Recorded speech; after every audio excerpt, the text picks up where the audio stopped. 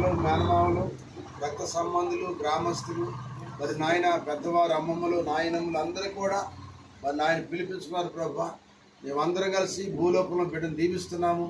పరలోకంలో మీరు దీవించిన ఆయన, ఎందుకంటే మీరు చెప్పారు కదా, మనుషుల దయందును దేవుని దయందును వాడిన సమయాలు వర్ధిల్లుచుండేనని వాక్యం చదివిస్తుంది.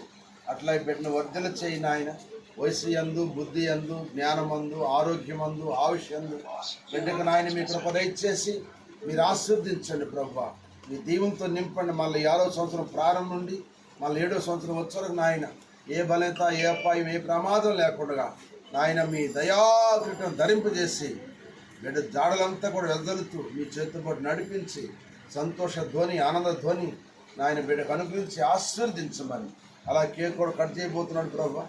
ఈ కేకులో ఉన్న మాధుర్యము, రుచి కూడా బిడ్డ జీవితాలు అనుగ్రహించి ఆశీర్వదించి నాయన మరి దినేష్ బాబుని, తనకిచ్చిన తల్లి తండ్రిని, కుటుంబాన్ని ఊరంతలుగా మీరు దీవించి ఆశీర్వదించి రక్షించబడి కృపలో భద్రపరిచి కాపాడుగాక. ఆమె ప్రవేశ రక్తమే చేయి, రక్తం ప్రవేశ అయిన సంపూర్ణ